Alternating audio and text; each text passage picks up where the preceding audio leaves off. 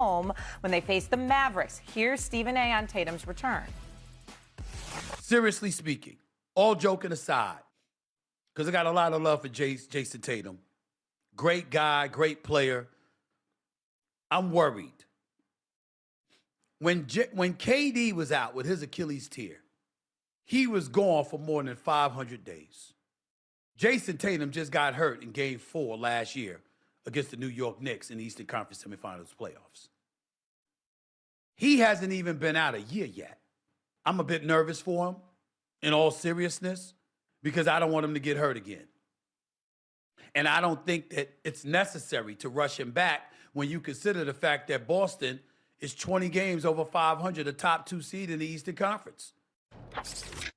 So just for some clarity on days here, it has been 288 days since he tore his Achilles. Obviously, that is a very short amount of time. And yes, no, it is not close to a year. He has definitely sped up the process, I think, more than any of us can fathom. With that being said, what are the expectations for Jayson Tatum tonight, Canty? Oh, my expectations is that they're going to give Jayson Tatum ample opportunity for a ramp-up. They're not going to rush him. There's going to be a minute. So I'm not going to jump out of the window with what I see from Tatum, good or bad, tonight. What I want to see is making sure that all of the role players, everybody that's slotted into their respective role in making this team what they've been this season, continues to play at that high level, even with the presence of Jayson Tatum on this roster. Now, I'm always been a proponent of great players and great coaches will find a way to figure it out. And so I don't expect anything to be different with the Boston Celtics, with Mazzulla and Jaylen Brown and Derek White and Peyton Pritchard adding Jayson Tatum back. But that's the thing that I want to see, making sure that the role players, guys like Kata and Vucevic and those players feel comfortable with the presence of Jayson Tatum now that they know minutes and rotations are going to be affected and things are going to feel a little bit differently. Yeah, but I think that it's going to be a seamless transition. Like, Jayson Tatum is under no preconceived notion here that he's going to come in there and put up 25 shots and be the leader of this team. I don't think there's an expectation for him to do this at any point for the rest of the season. Jayson Tatum is coming onto this roster with the understanding that they have a real deal shot at a championship. And what he is going to do is his best to get them to that championship. If we're in this position come playoff time where Jayson Tatum feels like I got to be Kobe, I got to take over for this squad, then you got a real big problem. But I don't see that with Jayson Tatum. I don't see that with Joe Mazzulla. I don't see that with Jaylen Brown. You are getting a really good role player added on to a top 3 offense in the league and a top 10 defense. There are no negatives when it comes to that.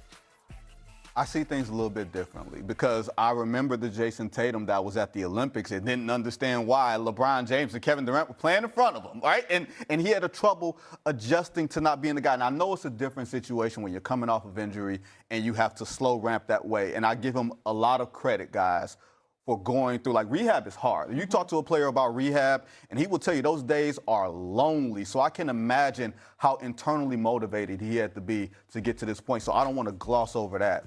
But Kevin Durant is the template. We don't even remember or talk about Kevin Durant and his Achilles injury in the 2019 NBA Finals because he's come back and been such a great player since. He almost took 2 full years off. And I know Jayson Tatum is a lot younger, maybe a couple years younger than what Kevin Durant was. But I do think that Jayson Tatum wants to come back in and show that he's Jayson Tatum, to show that he's still that guy. Like, I don't think there's any expectation that he's going to walk in and just say, you know what, I'm going to be a defender and a rebounder and a spot-up shooter, which would be absolutely great if that was. But I think we have to be careful about anointing the Celtics at this point. And here's the last point I'll make. This is the year 1 of a $314 million extension with Jayson Tatum and the Celtics. This is year 2 of a $285 million extension between Jaylen Brown. They have to play all of this like this is a long-term investment and not something short-term. I don't think he's going to injure his Achilles again, but I think it's going to take a minute before we see Jayson Tatum be Jayson Tatum again. I forgot that they put that graphic up that Kobe Bryant came back a similar time frame to what Jayson Tatum is doing. But anyways, do you think Tatum should come off the bench tonight? I mean, yeah, absolutely. I mean, I don't. Yeah, he should definitely come off the bench. He's just ramping up. This is what ramping up looks like. And the difference between the Kevin Durant situation, Kevin Durant was coming back to be the guy on the team and carry that load. When Kevin Durant came back, you think about the Milwaukee Bucks playoff series and all the stuff he did, playing 48 minutes and all that stuff. Jayson Tatum is not going to do that for a very long time. If there are about 25 other teams in this league, if you said a guy was coming back fewer than 300 days from a torn Achilles, I'd be really worried about it. The Boston Celtics is not that organization. I think they understand if you get a guy that can give me 15 points a game, maybe, good defense, role player on this team, we can win a championship, and everybody should be on the same page with that. Double D, completely agree with you. And VG, the point you made about the financials with the two superstar players for the Celtics is what gives me confidence that this is the right move, because they know what's at stake, and they're not going to put Jayson Tatum in harm's way. The only question that I have is Jayson Tatum, from a mentality standpoint, ready to deal with going through the rigors, the bumps, the bangs of this type of basketball as we get down to the stretch run of the regular season. You're going into March. That's the heaviest month of the season. But that's my point. Yeah. Is he going to be prepared for that? Is he going to be able to adjust to that? Is he going to be able to get over the psychological hurdle that every professional athlete goes through when they're coming back from a catastrophic injury? That's the part that we don't know the answer to the question of. We don't know whether or not, from a mentality standpoint, he's able to get past the point where he realizes that this Achilles is something that I can trust, that my body is something that I can trust, that I can go out and play the game free like I've always done my entire life. That is going to be the biggest challenge for the Boston Celtics, Jayson Tatum overcoming that aspect. I get it now. Y'all two wearing green, being so positive about the Celtics today. I see the synergy. I get it. I respect it. What do you think? What do you think his impact should be tonight? You think he should come off the bench? What do you think? How many minutes? I think he should. I think you play around 15 or 20 minutes. Like the adrenaline of a first game, I think sets the tone, right? But a lot of times a player comes back in the first game and he plays over his head, back down to earth after that. He's going to be home, national TV game, ESPN's going to be there. He's going to be so amped up, or as amped up as a player like Jayson Tatum can be. But he's been looking forward to this since the day he got hurt, since he had the surgery. I hope someone is there to keep things level. I'm sure there will be. Heck of a ticket tonight. You get to see Jayson Tatum return and Cooper Flagg. Hello. Hello. What are the prices for those tickets right now? Cooper Flagg tonight, too, baby. He's in homecoming. Yeah, that's right. That's right. Main event. Coming up here on First Take, Luka got another tech last night. That's what a guy like He that. can they? Yeah, I mean, listen, if they can defend the way that they've shown, having a top 3 defensive rating, if Steph Castle keeps guys like Cade Cunningham, who's a top 3 MVP candidate, in a straitjacket like he's done the last 2 games, they absolutely can. I mean, last year, we praised Oklahoma City, and we had confidence in them going on a deep run because of how they defended, being able to generate so many turnovers, being able to get out in transition and get easy buckets. That is the San Antonio Spurs this year. You've got to be able to play defense in the playoffs. That's when it matters the most. And I'm not sure that any team has the type of versatility defensively that the San Antonio Spurs are bringing to the party because of a guy like Victor Wembanyama, but then also because of how those perimeter pieces can defend and what they've shown, especially in the second half of this season. I think generally in the playoffs, you're going to learn this is a different sport as far as the value of shooting in today's game. The Spurs are a middle-of-the-pack, at best, three-point shooting team. When the lane collapses, the refereeing gets a lot tougher.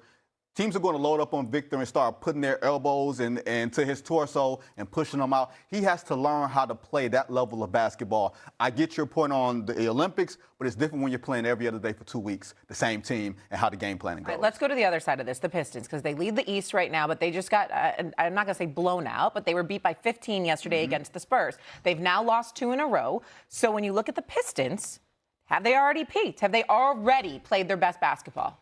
Yeah, I think the league is kind of figuring this team out, and the Pistons are going to have to figure out what to do about that. The story is out on them. The game plan is out on them. If Cade Cunningham is not able to score, what do they have? What is their second option? He is 15 for 52 against the Spurs, and they had no answer for him. Stephon Castle put him in a lockbox, 7 for 24 that whole time. What else do you have besides Cade Cunningham? The Pistons have not been able to figure that out, and come playoff time, all these teams are going to be doubling Cade as soon as he crosses half court. They're going to be daring other dudes to shoot. They're at the bottom of the league in three-point attempts. They're at the bottom of the league at three-point makes. They're in the bottom of the league at three-point percentage. These are the things you need to win, and the Pistons just do not have that right now. Now, Cade Cunningham can do all kinds of things and make up for it, but once you start to defend him like that, it is trouble for this Pistons team. Yeah, I mean, that's the answer to the question, right? Cade Cunningham is everything that they have on the offensive side of the ball. And if you shut him down, you shut them down, right? They don't have enough firepower, and we knew that coming into this season. Some of the things that have happened around that team from a roster standpoint, they were going to be struggling, especially when it came to perimeter shooting. And so I think when it comes to the Detroit Pistons, they're the team that you use as the example of in terms of making sure that you don't skip steps. I understand they had the heartbreak last year, first round against the New York Knicks, but they're a team that feels like they have to go through the progression and have more shots at playoff runs before they actually break through. It doesn't feel like that with the San Antonio Spurs. So, yeah, I like what Cade has done. I think he's deserving to be in the conversations that he's in right now. But they don't feel like a team that has enough firepower offensively, enough guys that can just be proven bucket getters when it comes to playoff-style basketball, when it comes to being able to create shots for themselves and others. They don't have enough of that element on their roster outside of Cade. Multiple things come up here, and I think it's important to point out they lost Malik Beasley